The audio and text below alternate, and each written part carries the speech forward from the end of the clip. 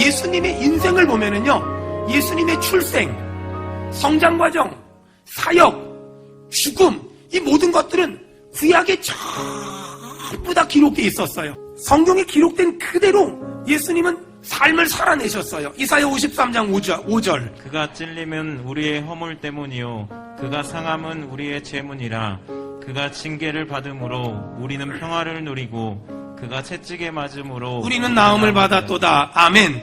여러분, 이 말씀 그대로 예수님은 십자가에서 찔렸지요. 동그라미 쳐보세요. 두 번째, 이 말씀 그대로 예수님은 십자가에서 상함을 당했지요. 이 말씀 그대로 예수님은 십자가에서 징계를 받았지요. 이 말씀 그대로 예수님은 채찍에 맞았지요. 성경에 기록된 모든 말씀은 반드시 이루어집니다. 성경에 기록된 모든 말씀은 반드시 이루어집니다. 사람들은 구약에 기록된 말씀이 신약에 이루어졌다는 건 믿어요.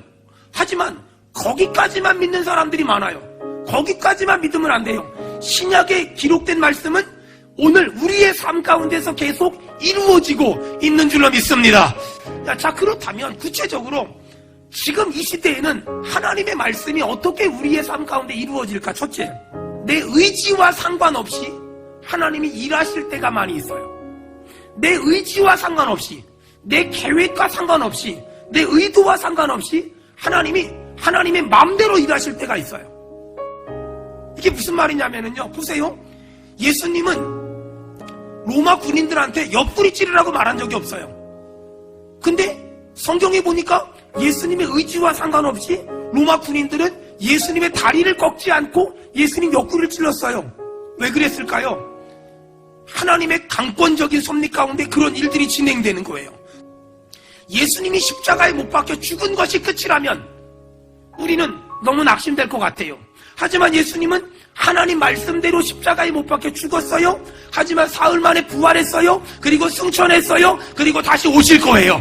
이걸 믿는다면 지금 내 삶에 내 의도와 상관없이, 계획과 상관없이, 내 어떤 논리와 상관없이 때로는 아프기도 해요. 때로는 가난하기도 해요. 때로는 관계가 무너지기도 해요. 때로는 내 뜻대로 안 되고 내 마음대로 안 될 때가 있어요.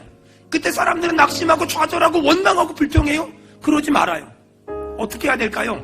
믿어야 돼요. 하나님은 하나님을 사랑하는 자, 그 뜻대로 부르심을 입은 자들에겐 모든 것이 합력하여 선을 만드실 줄로 믿습니다.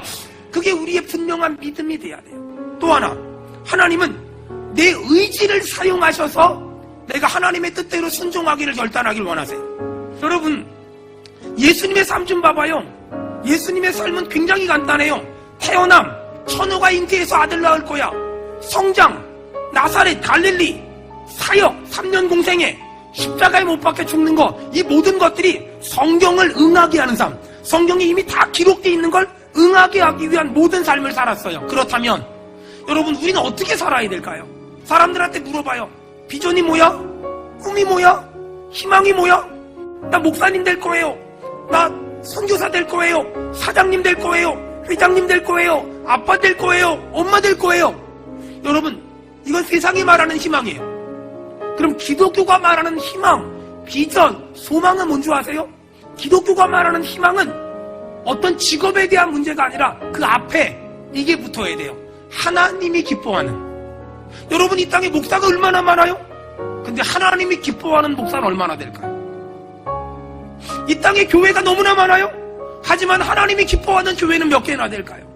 이 땅에 아버지들이 얼마나 많아요? 하지만 하나님이 기뻐하는 아버지들은 몇 명이나 될까요? 이 땅에 어머니들이 얼마나 많아요? 하지만 하나님이 기뻐하는 어머니들은 몇 명이나 될까요? 여러분, 축복합니다. 하나님이 기뻐하는 성도 되길 축원합니다. 하나님이 보고서 흐뭇해 할 수 있는 성도 되길 축원합니다.